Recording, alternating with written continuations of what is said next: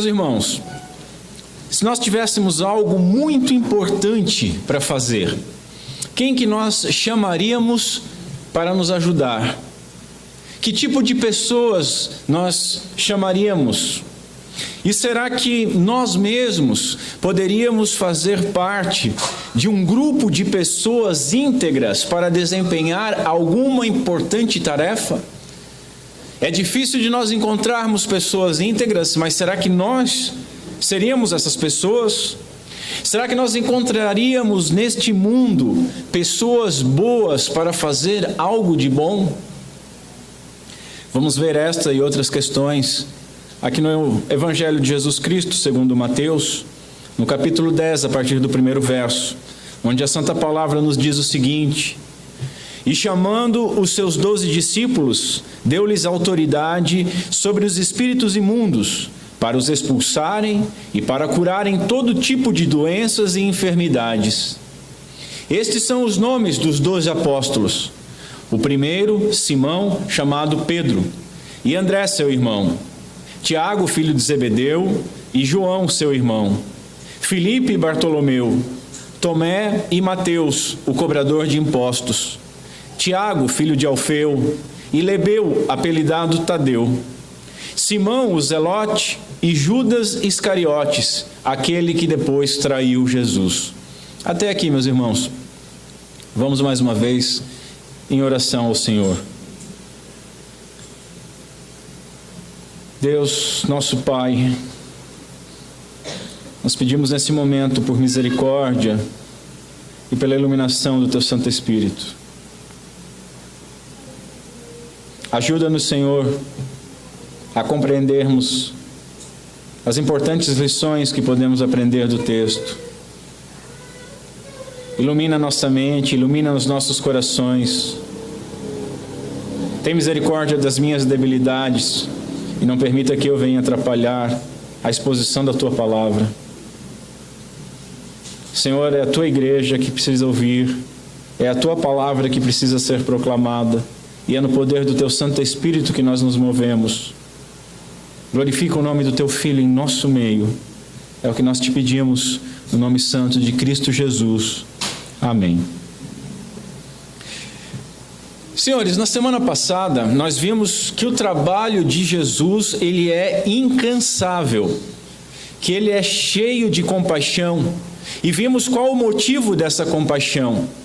E por fim, aquilo que Jesus requer de nós, Ele requer que nós clamemos constantemente por mais ajuda, ou seja, para que o Senhor envie mais trabalhadores para o seu campo. Agora nós estamos diante da convocação dos discípulos para a sua primeira viagem missionária.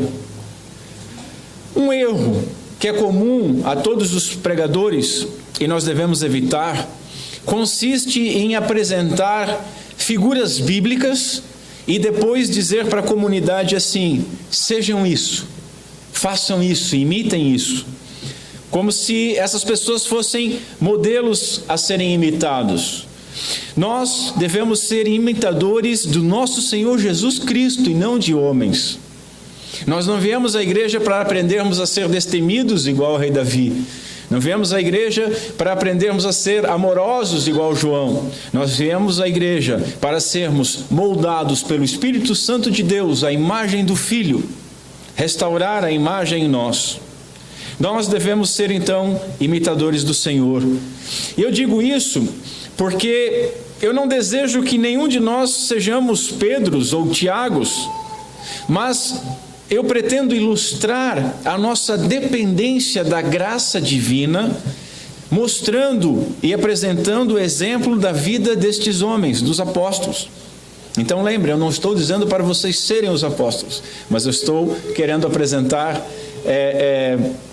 ilustrar motivos da nossa dependência.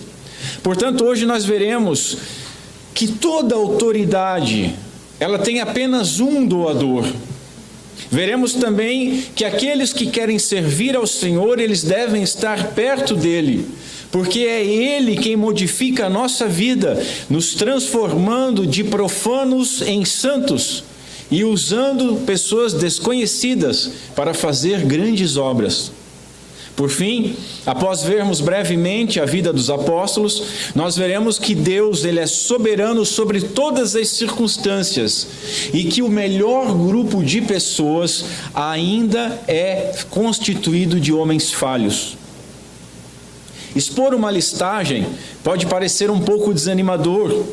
No entanto, afirma Sproul, o comissionamento destes homens para serem apóstolos de Jesus foi um dos eventos mais significativos do ministério terreno de Cristo.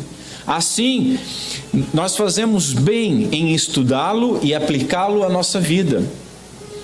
Meus irmãos, todos nós compartilhamos com esses homens, além dos defeitos, a necessidade da graça divina para a salvação e da misericórdia para não sermos consumidos. Nós temos a mesma dependência.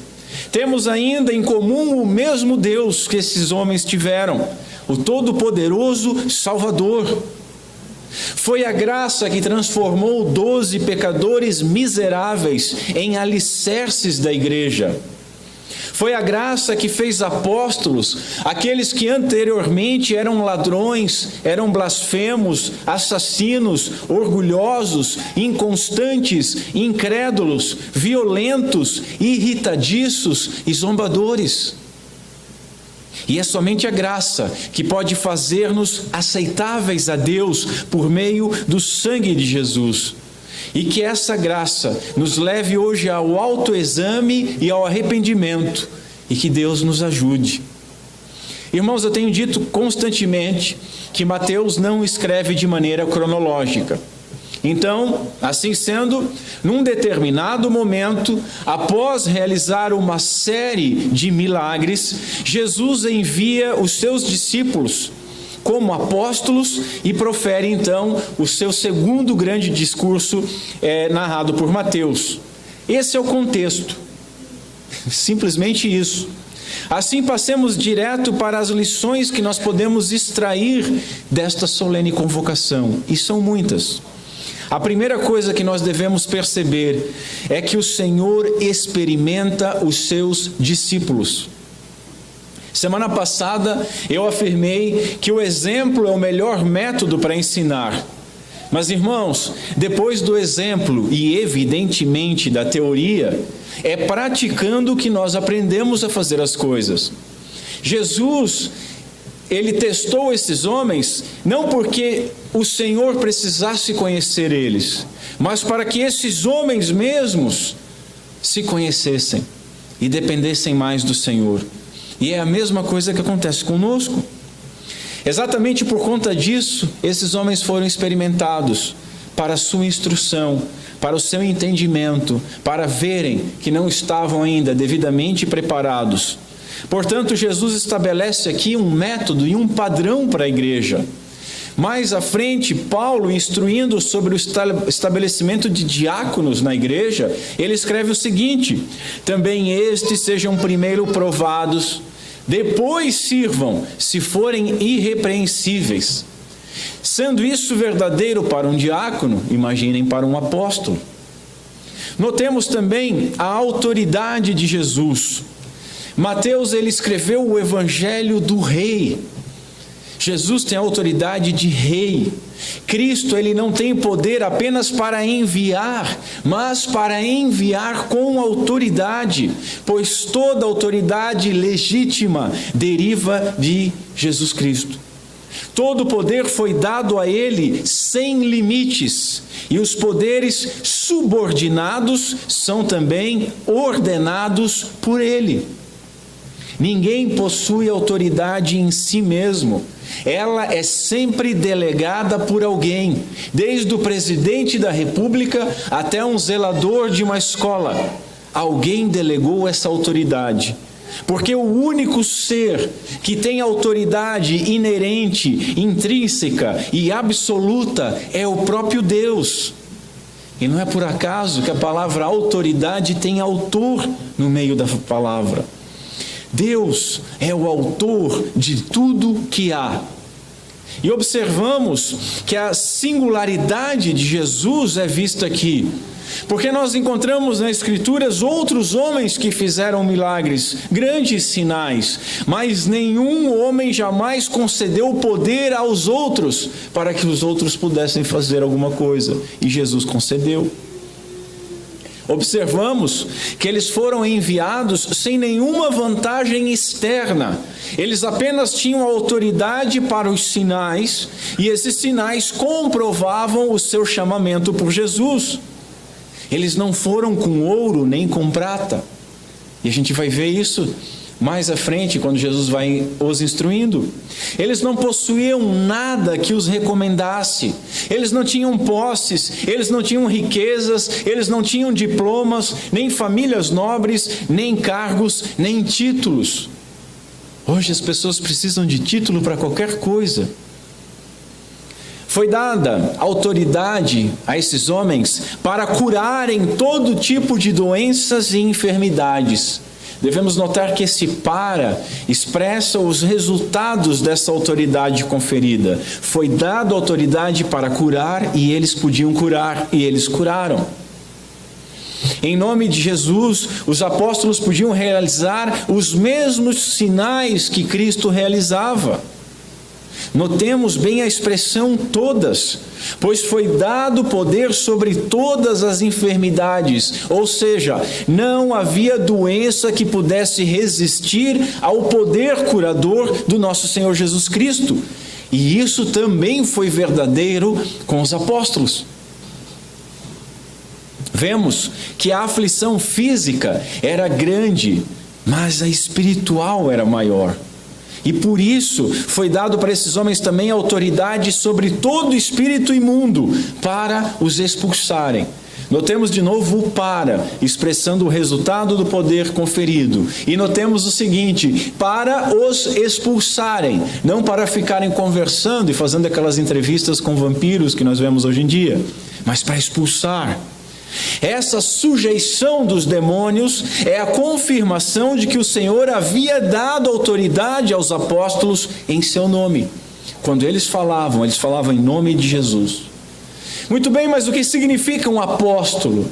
Literalmente é enviado ou mensageiro, o significado.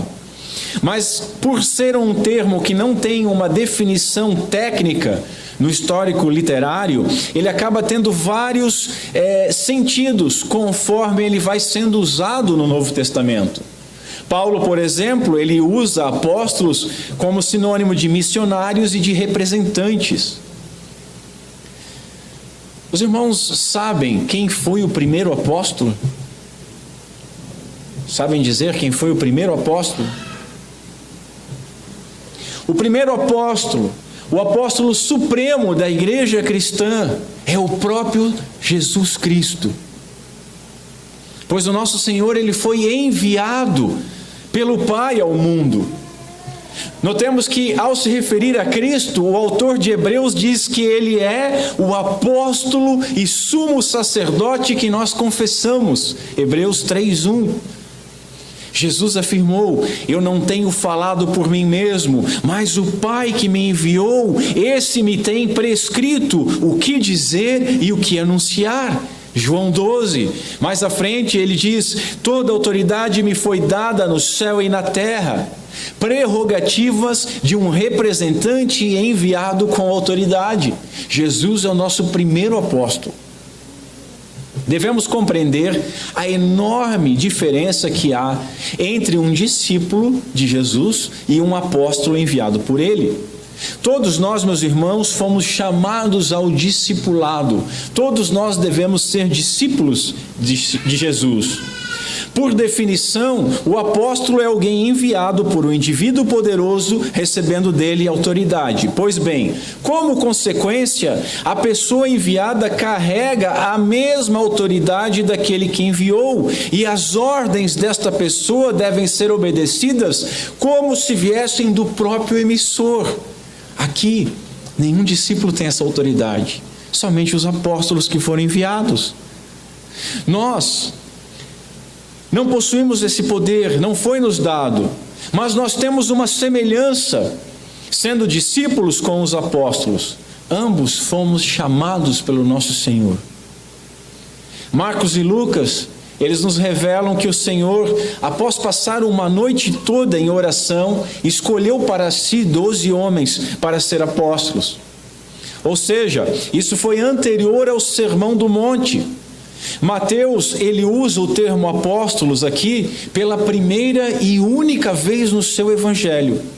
E apesar de ele não dizer nada a respeito dessa noite que o nosso Senhor passou em vigília, orando, e desse primeiro chamamento, Mateus ele deixa claro que tem esse grupo já estabelecido em mente, porque ele menciona os 12 apóstolos. Ele não diz uns 12, ele define o grupo, ele usa um artigo definido. Esse grupo já estava estabelecido, e de agora em diante, os 12 são um conceito definido, eles são uma unidade que continuou sendo usada mesmo depois da saída de Judas. O número 12, irmãos, ele tem um sentido profundo. A aliança antiga, ela estava alicerçada sobre as 12 tribos de Israel. E agora a nova aliança, ela deveria ser construída sobre os 12 apóstolos. Tanto que nós vemos o fundamento da cidade celestial com o nome dos apóstolos em Apocalipse. É um número que estabelece a ligação entre o Israel espiritual e a nação que o havia tipificado, diz Spurgeon. O que Spurgeon está dizendo aqui? É um número que estabelece a ligação entre o verdadeiro Israel, a igreja do nosso Senhor Jesus Cristo, e a nação que havia tipificado essa igreja, o povo eleito de Deus. Os gregos, eles ainda usavam essa definição de apóstolos para representantes pessoais do rei. Eram embaixadores que atuavam com a autoridade do rei. E quem fazia pouco caso desses enviados, corria o risco de ser julgado por insubordinação. Agora notem o seguinte: será que não fazem também pouco caso os homens que se equiparam àquele grupo? Homens hoje que se equiparam àquele grupo que foi investido de autoridade do próprio Rei Jesus? E aí eu preciso voltar a algo que eu deixei no ar. Existe apóstolo hoje, irmãos? Existe apóstolo hoje? Temos que responder isso com um sonoro não. Não existe. E vamos entender o assunto. Há alguns critérios bíblicos que definem as qualificações para alguém ser um apóstolo. A pessoa tinha que, em primeiro lugar, ter visto o nosso Senhor ressuscitado e ter sido chamado, escolhido pelo próprio Senhor Jesus Cristo. Nós vemos isso em Efésios 4:11, 1 Coríntios 9:1. Quem hoje pode dizer que viu o Senhor ressurreto e foi chamado por Ele para ser apóstolo? E se alguém alegar isso, tem mais um critério: essa pessoa devia ter tido comunhão com Jesus. Nós vemos isso em Atos 1, 21 e 22. Quem hoje que pode dizer que teve comunhão com nosso Senhor Jesus Cristo, pessoalmente? E a principal função desses apóstolos, que para mim é o principal motivo, era de lançar os alicerces da igreja, como Paulo escreve em Efésios. Eles vieram para lançar os alicerces e depois eles deveriam sair de cena. Ou seja, os alicerces foram lançados. Deus não vai fazer um puxadinho no seu templo espiritual. Não precisa de apóstolo para lançar um outro alicerce hoje. E se vai lançar o mesmo alicerce, não é apóstolo.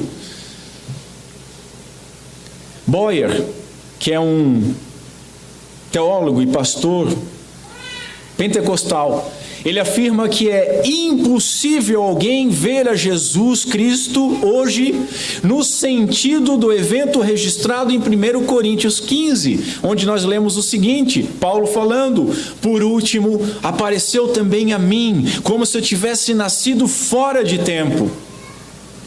Enquanto todos os cristãos são enviados para representar o Rei, nenhum cristão nos dias de hoje pode se considerar de fato um apóstolo, porque nenhum hoje viu Cristo ressurreto.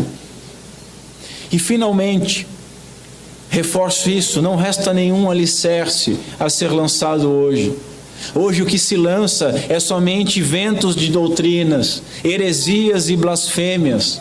Irmãos, nós, a igreja verdadeira, nós somos edificados sobre o fundamento dos apóstolos e dos profetas, de que Jesus Cristo é a principal pedra de esquina.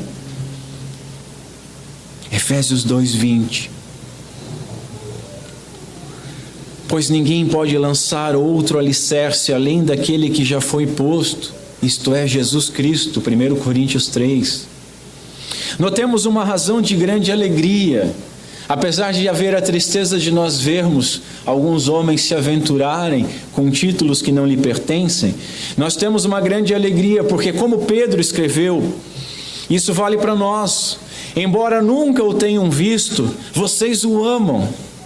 E ainda que não o vejam agora, creem nele e se regozijam com alegria inexprimível e gloriosa, pois estão alcançando o alvo da sua fé, que é a salvação.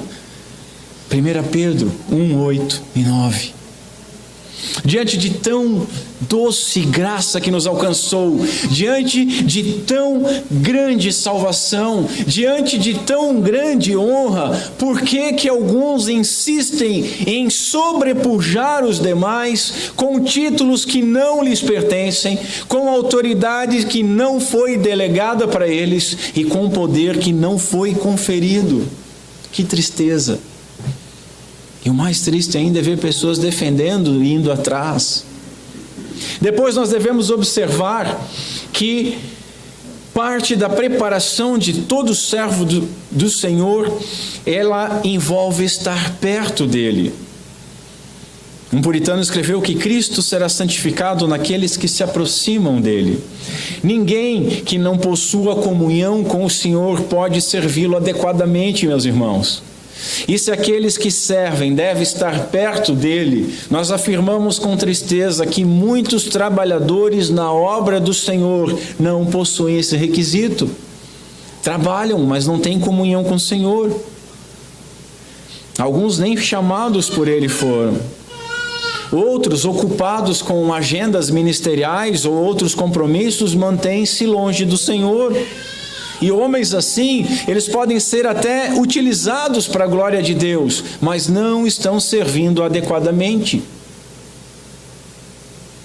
Observamos que convém aos discípulos de Cristo que se predisponham mais a aprender do que a ensinar.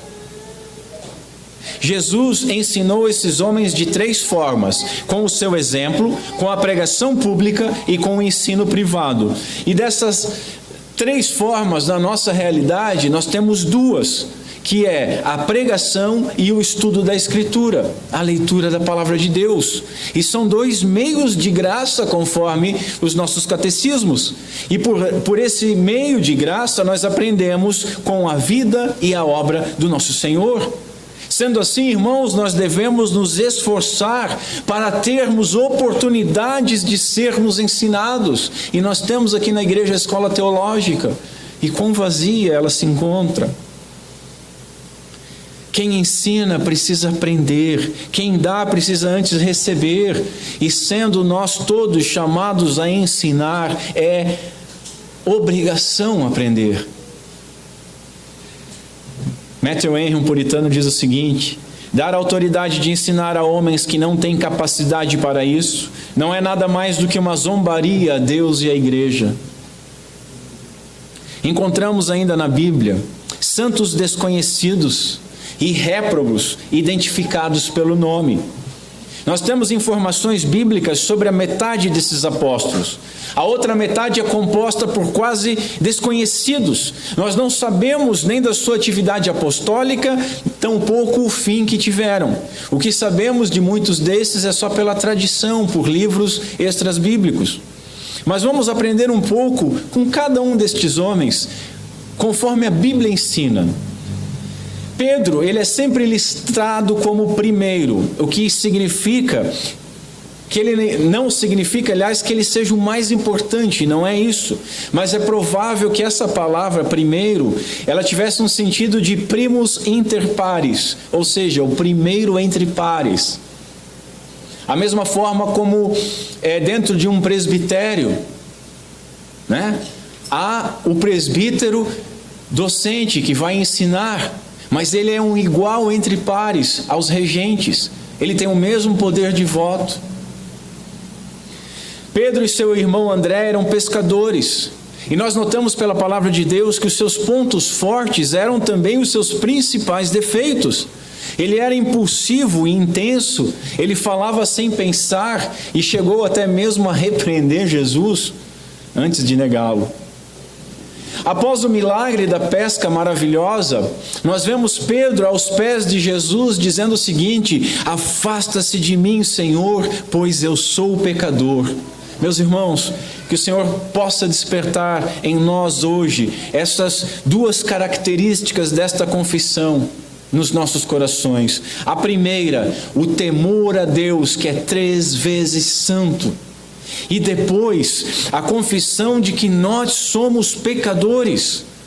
E essa confissão nos ensina a sobrenaturalidade da conversão. A conversão é obra de Deus por meio do seu Espírito. Assim sendo, quando nós, junto com Pedro, dizemos: Senhor Jesus Cristo, Tu és o Filho do Deus vivo, nós devemos lembrar e saber que a resposta de Jesus continua a ser a mesma para nós, a mesma que Ele deu para Pedro. Ele continua dizendo: bendito é você, Jackson, bendito é você, Diego, bendito é você, Ivan, pois não foi a carne ou o sangue, mas o Pai que está no céu que lhe revelou isso. A salvação é sobrenatural. Cada convertido é uma obra graciosa e sobrenatural de Deus. Numa outra oportunidade, nós vemos Pedro andando sobre as águas. E, meus irmãos, andar por este mundo tenebroso é como andar sobre águas à noite, enfrentando uma forte tempestade. Se nós olharmos para o mundo, nós vamos afundar tal qual Pedro quando olhou para a tempestade e não olhou para o Senhor. Portanto, olhemos para o Salvador. Ele nos aguarda na outra margem da nossa peregrinação. E quando nós vacilarmos, vamos até Ele e lá nós vamos ouvir: por que duvidaste? E quando nós ouvirmos isso, que possamos dizer como Pedro: verdadeiramente Tu és o Filho de Deus, me perdoa. Eu fui olhar para outra coisa e não para Ti. Apesar de ter sido chamado homem de fé, Pedro tinha os pés de barro e muitas vezes foi o que mais falhou entre os apóstolos. Ele deu um pito em Jesus, ele deu uma bronca, ele repreendeu Jesus e foi repreendido por isso, sendo dito que o que ele estava falando era a voz do diabo. Quantas vezes, irmãos, nós também nos achamos mais sábios que Deus? Pedro, ele se achou mais sábio. Jesus disse que ia morrer, ele disse: não, Senhor, não seja assim. Quantas vezes na nossa vida, no nosso dia a dia, nós nos achamos mais sábios que os planos de Deus e queremos fazer do nosso jeito, só para depois quebrarmos a cara e voltarmos com o rabinho entre as pernas dizendo: perdão, Senhor, mais uma vez. Mas o pior momento de Pedro foi quando ele negou Jesus 3 vezes. Veja, há pouco ele disse estar pronto para morrer por Jesus, algumas horas antes, e agora estava negando ele covardemente. Mas notemos que após a ressurreição, Jesus vai até ele, primeiro envia, diga aos discípulos e a Pedro. Jesus se preocupa com a restauração de Pedro.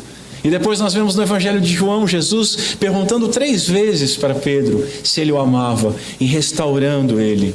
E nós aprendemos aqui, irmãos, 2 lições muito importantes. A primeira é que nós vigiemos, porque os nossos impulsos nos fazem falar muito apressadamente, apenas para depois nós quebrarmos a palavra que nós dissemos.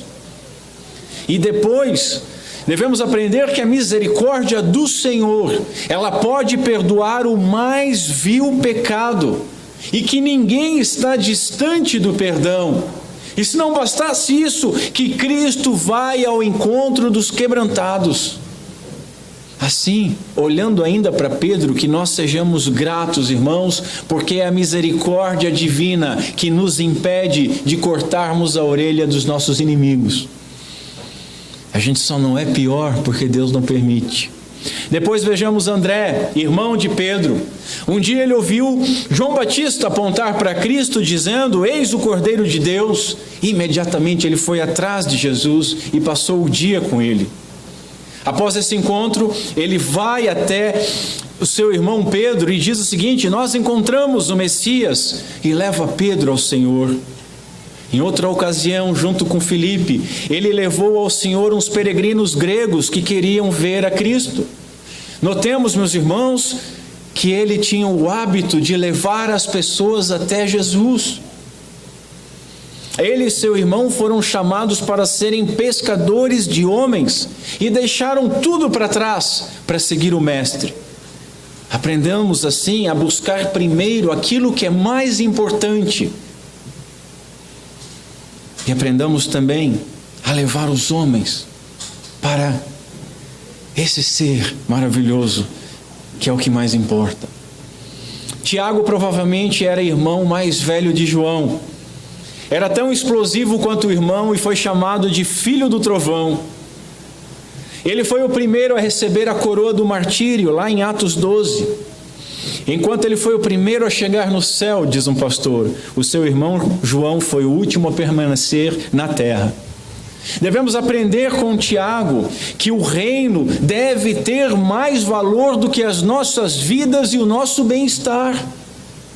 Ele entregou a sua vida para o reino. E quantas vezes nós ficamos em silêncio só para não sermos envergonhados?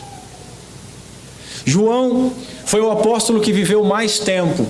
João era conhecido como o apóstolo do amor, mas antes, junto com seu irmão, foi conhecido como filho do trovão. Que lição, meus senhores! O mais tempestuoso e estourado homem, ele pode ser transformado por Cristo no mais terno e amoroso discípulo. E quem faz essa transformação é o Senhor. João era o discípulo que Jesus amava, mas esse amor não impediu que ele e o seu irmão quisessem ocupar os melhores lugares no reino. Aprendemos, assim, que antes de nós amadurecermos, nós podemos e temos desejos infantis. Mas nós não podemos continuar a ter esses desejos infantis por toda a vida sem amadurecermos. Nós devemos crescer.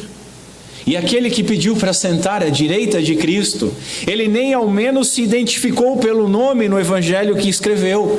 Bastou para ele dizer, registrado apenas por este discípulo. Ele se denominou apenas este discípulo. Quantos de nós, irmãos, ainda queremos holofotes? Nós devemos ver as coisas, analisar e medir as coisas que nós fazemos, se nós não as fazemos somente para recebermos um holofote, a atenção. Quantos hoje se contentariam em ser conhecido apenas como este discípulo? Quantos de nós desejam ainda que venha fogo do céu contra os nossos inimigos? E quantos de nós tem buscado no Senhor, que é só pelo Senhor, amar, inclusive, os nossos inimigos? Depois vemos Filipe, que levou Natanael ao Senhor. Ele também foi procurado pelos peregrinos gregos que queriam conhecer Jesus. Notemos que ele vai a André perguntar sobre o assunto. E aqui nós aprendemos uma lição. Será que nós temos ido procurar a ajuda dos irmãos mais maduros quando nós precisamos? Ou quando nós precisamos de alguma coisa, nós vamos para o mundo pedir conselho? Vamos para a internet? E por que será que quando nós conhecemos Jesus, nós buscamos e levamos as pessoas ao Senhor com amor, com vivacidade, mas depois de um tempo nós deixamos essa abençoada prática de lado e, se bobear muito, até nós mesmos teremos que ser reconduzidos ao Senhor. Que lástima! Na ocasião da multiplicação dos pães, Jesus perguntou: onde podemos comprar pão para essas pessoas comerem? Filipe, ele sabia, aliás, que não tinha dinheiro suficiente para isso. E conhecedor da região, ele sabia que não haveria aonde comprar tanto pão. E ele diz o seguinte: 8 meses de salário, 200 denários, 8 meses de salário de um trabalhador seria insuficiente para comprar pão para que todos tivessem o que comer. Notemos como ele foi rápido em fazer a conta, né? E quantas vezes, meus irmãos, nós somos igualmente rápidos para calcularmos e para vermos somente as impossibilidades. Nós olhamos para um problema e rapidamente calculamos tudo que pode dar errado, tudo que vai dar errado, tudo que já deu errado. Mas nós não somos tão rápidos assim a irmos ao Senhor, que pode multiplicar o pão. Bartolomeu foi trazido a Jesus por Filipe, também conhecido como Natanael. É dele o conhecido ditado: pode vir alguma coisa boa de Nazaré? Notemos a honestidade deste homem. Quantos de nós não temos essa honestidade e adulamos ao Senhor, adulamos os demais irmãos com palavras e ações falsas? Lutero, antes de se converter, diante das exigências da lei, ele orou mais ou menos assim: Senhor, eu te odeio, porque tu exiges de mim algo que eu não posso fazer, é impossível. A sinceridade, meus irmãos, ela é sempre bem vista por Deus, enquanto que a falsidade o enoja. Notemos que Jesus conhecia Bartolomeu e, sabendo tudo o que ele dissera e tudo o que ele pensara, não se ofendeu com ele e não o repreendeu. Pelo contrário, quando ele chegou, Jesus diz o seguinte: eis um israelita em quem não há dolo. Será que o Senhor poderia dizer isso de algum de nós hoje? Eis um cristão em que não há dolo.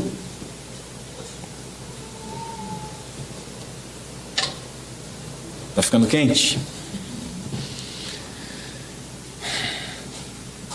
Bartolomeu, ele foi visto pelo Senhor antes de ser chamado por André, e a Bíblia nos diz que ele estava embaixo de uma figueira. Nós não sabemos o que ele estava pensando, nós não sabemos o que ele estava passando, mas sabemos que era alguma coisa marcante, porque quando ele questiona o Senhor: da onde tu me conheces? Jesus diz: eu te vi debaixo da figueira. Ele lembrou, ele estava naquele momento comigo, aquele momento tinha que ser importante. E assim nós devemos aprender, meus irmãos, que o nosso Salvador sempre nos vê. Nós não nos escondemos dele em local algum. Mesmo nos momentos de maior aflição interna ou de solidão total, os seus olhos estão sobre nós. Rabi, ele disse, o Senhor é filho de Deus, é o rei de Israel. E quando ele faz essa gloriosa confissão, Jesus disse o seguinte, que essa confissão nasceu de algo tão pequeno e ele veria coisas muito maiores. Meus irmãos, quantas coisas gloriosas nós já vimos e já experimentamos na nossa vida. E diante dessas coisas, será que nós temos confessado que Jesus é o nosso mestre e rei com alegria? Ou nós tratamos esses acontecimentos como banais? Só nos interessam os problemas. Vemos depois Tomé. Tomé tinha uma personalidade descomplicada que mostrava honestidade e integridade. Ele ficou conhecido por sua coragem, por sua dúvida e pela sua profunda confissão. A sua coragem, ou alguns teólogos vão dizer que foi ironia, só Deus sabe, foi demonstrada quando Jesus estava indo para Jerusalém para ressuscitar Lázaro, e Jesus já estava sendo procurado e já queriam matá-lo. E aí ele diz o seguinte: vamos também nós morrer com Jesus. Eu quero dar um voto de confiança para ele e dizer que ele falou isso com coragem, mas pode ter sido também ironia. Vamos deixar Vamos ficar só com a coragem dele. Quantas vezes, irmãos, detalhes importantes nos escapam? Pensem comigo. Jesus está indo em um lugar que eles querem matá-lo para ressuscitar alguém. E Tomé está preocupado com a sua vida. Ele está indo junto com aquele que vai ressuscitar alguém. E quantas vezes nós andamos com aquele que pode fazer mais do que aquilo que nós imaginamos e ficamos preocupados. Falando em ressurreição, mais tarde, a sua dúvida também virou um ditado, né? Nós costumamos chamar as pessoas que só acreditam vendo de Tomé. A sua descrença inicial, ela nos ajuda a compreender que não há motivos para nós duvidarmos da ressurreição do nosso Senhor Jesus Cristo, porque o mais cético dos apóstolos já fez isso em nosso lugar, e ninguém desmentiu isso.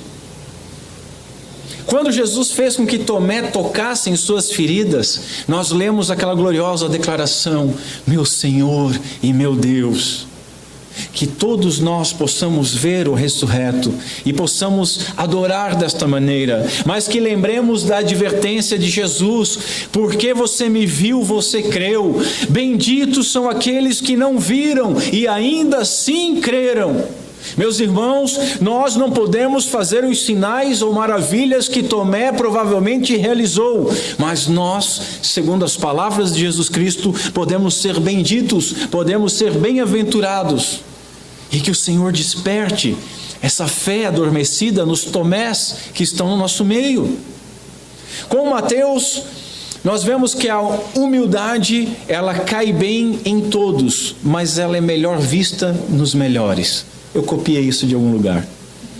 Ele ocultou o banquete que ele realizou e ocultou que o banquete foi em sua casa. Os outros evangelistas falam isso. Ele só diz que estando Jesus num banquete em algum lugar. Diferentemente de Marcos e Lucas, Mateus ele lista Tomé antes do seu nome.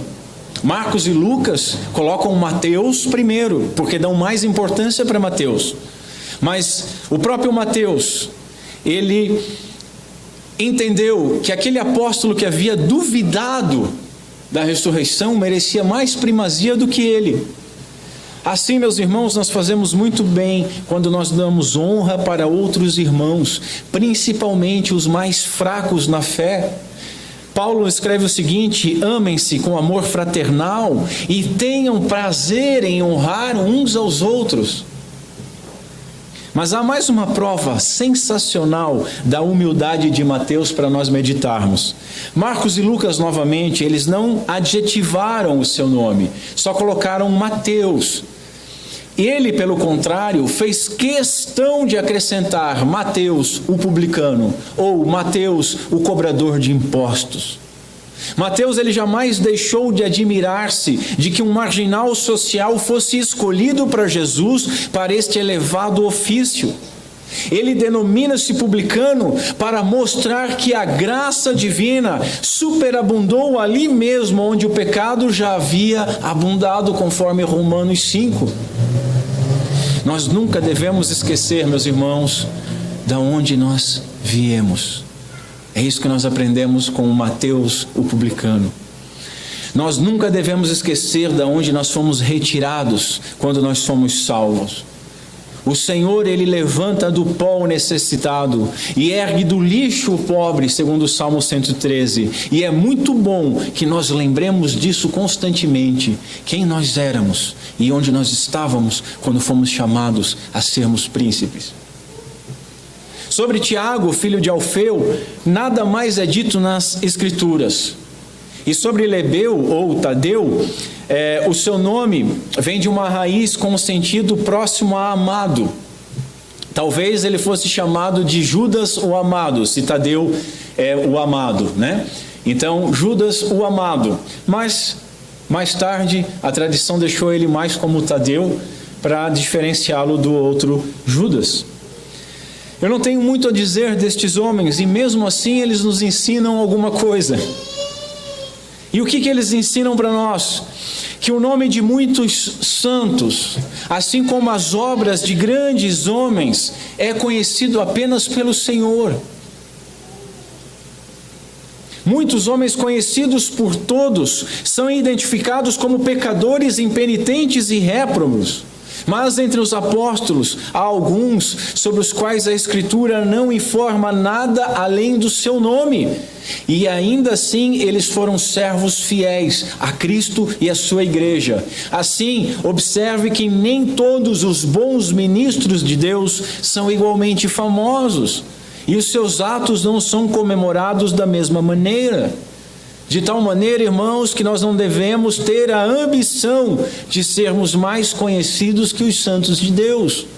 Se nós fazemos alguma coisa ninguém reconheceu e nós ficamos chateados, nós pecamos, porque nós fizemos para ser reconhecido. Quando fazemos as coisas para Deus, não importa se alguém viu ou não viu, porque nós sabemos que Deus viu. Ainda Simão o cananeu. Cananeu é uma forma aramaica para Zelote, que é um partido nacionalista. Ele lutava para conservar as tradições judaicas e para sair debaixo do jugo de Roma. E eles, obviamente, por isso, se opunham ao pagamento dos impostos de Roma. Agora observe que a convocação de Jesus contempla duas figuras totalmente antagônicas: Simão o Zelote e Mateus, o cobrador de impostos. Duas pessoas que não poderiam estar juntas se não tivessem abandonado as suas vidas anteriores para seguir a Jesus. Isso é maravilhoso. John Stott diz o seguinte: antes de se encontrarem com Jesus, Simão teria visto Mateus com profundo ódio como um colaborador traiçoeiro. Mateus intencionalmente menciona tanto a sua profissão quanto a de Simão em sua lista de apóstolos, com o propósito de sublinhar a reconciliação e o objetivo mútuo dos dois. E daqui nós aprendemos duas coisas, irmãos. A primeira é que nós devemos morrer para nós mesmos. Ao nós virmos para Cristo, não interessa o que nós éramos. E ao recebermos um irmão em Cristo, não interessa o que ele era. Devemos aprender também que nós devemos confiar em Cristo. Simão o Zelote queria fazer uma revolução no braço da carne, e não é pelo braço da carne que o reino de Deus prospera. É por intermédio do Espírito Santo que o povo de Deus é libertado da escravidão do pecado. Por fim, temos Judas Iscariotes. Ele é sempre listado por último. Por que será? Iscariotes provavelmente significa homem de Queriote, mas a forma como ele ficou realmente conhecida foi aquele que traiu Jesus. Spurgeon diz o seguinte: queira Deus que isso nunca seja citado após o nome de qualquer um de nós. E eu vou falar mais sobre ele no próximo ponto. Depois aprendemos que não é bom nós andarmos sozinhos, irmãos. Os discípulos, eles são nomeados em pares. E Marcos, ele registra que Jesus chamou os 12 e enviou de 2 em 2. E esses pares que Mateus listou, provavelmente eram essa dupla que Jesus havia enviado. 2 podem servir melhor à igreja e ao Senhor, porque o que um esquece, o outro lembra. Quando um cansa, o outro ajuda. Biblicamente, pela boca de 2 testemunhas, todas as palavras se estabelecem. Meus irmãos, eu lembro do apuro que foi no início do meu ministério, por estar sozinho. E eu sou grato a Deus de ter hoje um outro presbítero para me auxiliar. Diego, isso é bênção de Deus. O Evangelho não aconselha a solidão, e qualquer líder que seja um lobo solitário corre um grande risco. E todo crente que se coloca como um lobo solitário, um crente de internet, que faz a sua igreja em sua casa, está muito longe do Senhor. Não deixais de congregar como faz alguns, diz o autor de Hebreus. Eclesiastes diz: é melhor serem 2 do que 1, pois um ajuda o outro a alcançar o sucesso. Por fim, o texto nos ensina que o melhor grupo de pessoas pode conter um traidor. Percebemos aqui que o Senhor sabe de todas as coisas, e é sempre com uma boa razão que Ele realiza seus eventos. Ele nunca faz nada de graça. Há uma boa razão para aquilo que o Senhor faz. Além dos defeitos coletivos, nós devemos notar especialmente o filho da perdição, como Jesus chamou, Judas. Todos os textos bíblicos deixam claro, e nós, meus irmãos, jamais deveríamos suspeitar o contrário. Os textos bíblicos deixam claro que Jesus escolheu Judas, sabendo que ele era o traidor. Jesus não foi surpreendido e fez isso com um propósito. Agora, para nós, saber que havia um traidor entre os 12 nos traz consolo. Sempre corremos o risco de termos um traidor entre nós, e isso poderia nos desanimar, isso poderia fazer-nos desacreditar do grupo que nós pertencemos. Mas nós devemos lembrar que o mais solene grupo também possuía um homem reprovado. Lembremos sempre que toda a sociedade humana, ela é constituída por pecadores. Deus é santo, mas nós não somos, não como Ele. E nós só não somos piores por causa da sua graça e misericórdia. Assim, meus irmãos, nem os patriarcas, nem os apóstolos, nem os reformadores, nem os puritanos estiveram isentos de pecadores e traidores em seu meio. Nós jamais poderemos divinizar algum grupo. Lembrem do seguinte: não há grandes homens, mas há homens que servem um grande Deus. É Deus que faz as coisas. Cerremos, portanto, os nossos lábios para não cometermos a generalização maligna de condenar um grupo por causa de uma pessoa. A gente já viu isso acontecer. Alguém dá uma pisada na bola, olhamos para todo aquele grupo com o pé atrás. Os apóstolos, eles não foram menos santos, e nem Deus foi menos Deus porque Judas foi um dos 12. Quando a maldade oculta de algum traidor aparecer, seja de líder ou de liderado, nós devemos ter discernimento e temor. Primeiro, discernimento para não desacreditar um grupo por causa de um hipócrita, mas também temor, porque o nosso grupo pode ter um traidor, e queira Deus que não seja nenhum de nós. Nós somos exortados a não perder também as oportunidades de arrependimento. Eu preciso fazer esse parênteses. Judas teve essa oportunidade e perdeu. Judas, ele negocia o Senhor, e aí depois ele vai para a última ceia. E durante a ceia Jesus declara o seguinte: um entre vós me trairá. Irmãos, prestem atenção no seguinte: quando a pregação é dura conosco, é porque nós temos pecados a confessar. Judas, ao ouvir Jesus, em vez de se arrepender, ainda zombou. Acaso sou eu, mestre? Ele já tinha negociado Jesus.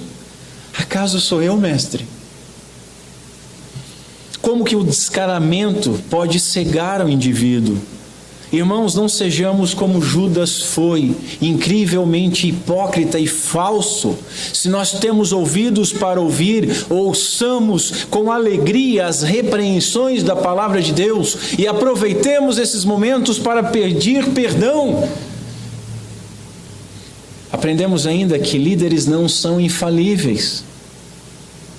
Isso é muito importante eu falar, porque sou líder. Pastores não são super-homens. O bispo Ryle, ele escreve o seguinte, prestem atenção nisso que é maravilhoso: a ordenação para o ministério não confere a graça salvadora do Espírito Santo. O que ele está dizendo? Que existem pastores que nem salvos são. É isso que ele está dizendo. A ordenação para o ministério não confere a graça salvadora do Espírito Santo. Homens ordenados não são necessariamente convertidos, e nós não devemos considerá-los infalíveis, seja na doutrina, seja na prática.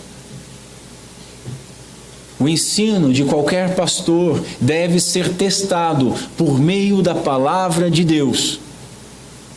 E só devemos imitá-los à medida em que eles seguem a Cristo, e nunca mais do que isso.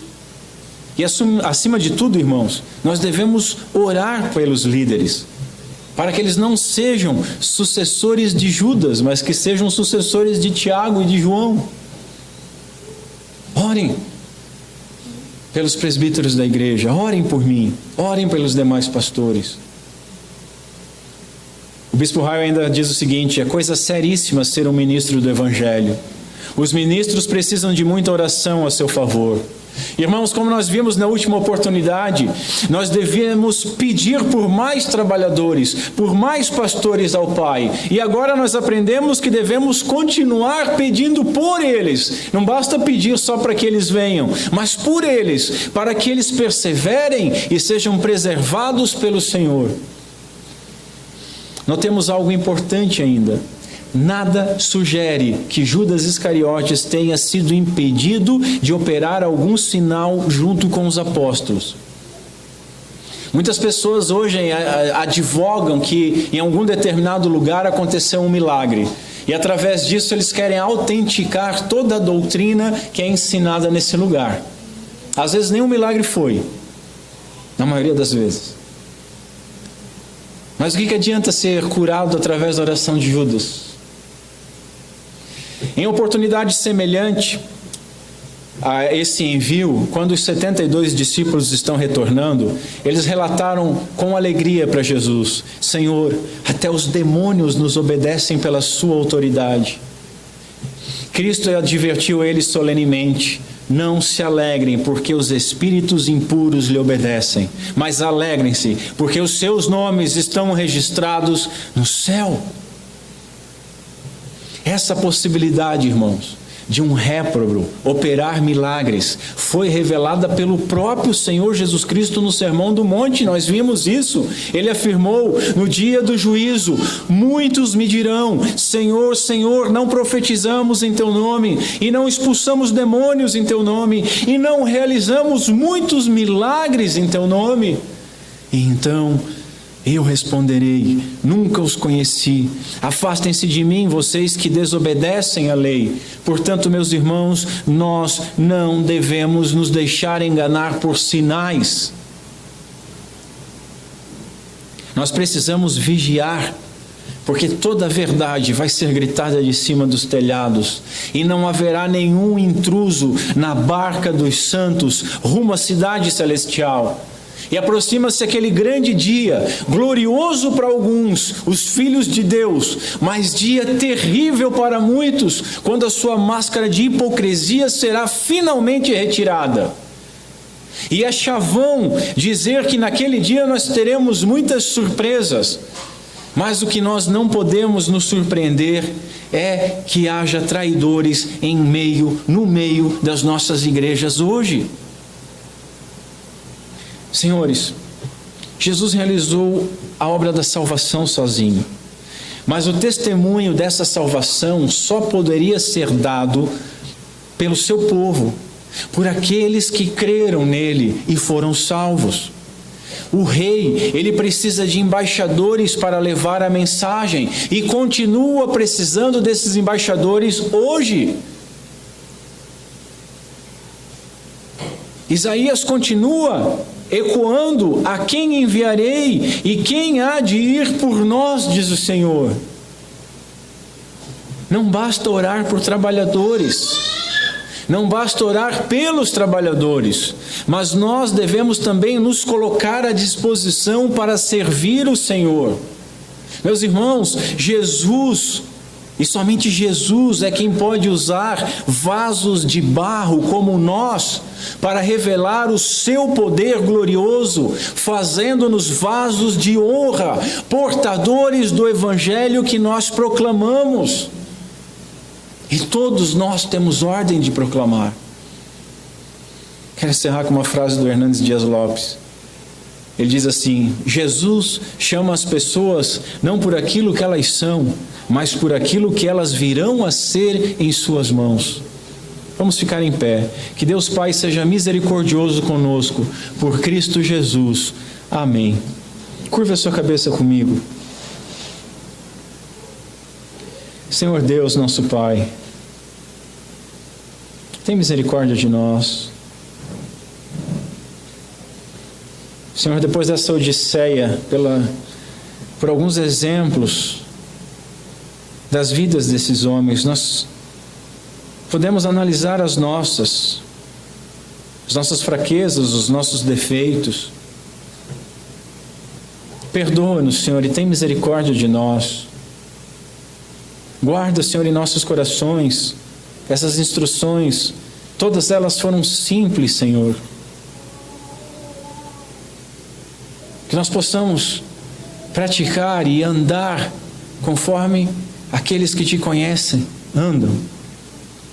E possamos auxiliar nessa grande colheita. Possamos proclamar o Evangelho onde nós estivermos. Sabendo que nós não precisamos de um título e nem advogamos nada assim. Mas todos nós, Senhor, Tu enviou como embaixador e prometeu que o Teu Santo Espírito iria auxiliar. Dá-nos fé e ousadia, para que nós não percamos as oportunidades de testemunhar da Tua graça. Não percamos as oportunidades de nos confessar e de nos arrepender dos nossos pecados. Que tenhamos os nossos olhos fixos em Ti e não tornemos divino nenhum grupo, nenhum homem, nenhuma pessoa, nenhum título, mas tenhamos somente a Ti como nosso Mestre e Senhor. Nos ajuda, Senhor. É o que nós pedimos em nome de Cristo Jesus. Amém.